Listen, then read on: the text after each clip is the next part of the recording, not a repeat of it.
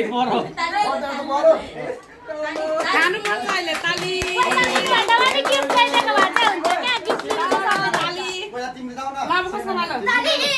मेरो मान्छे केक सेने मेरो पैसा दिनु पर्छ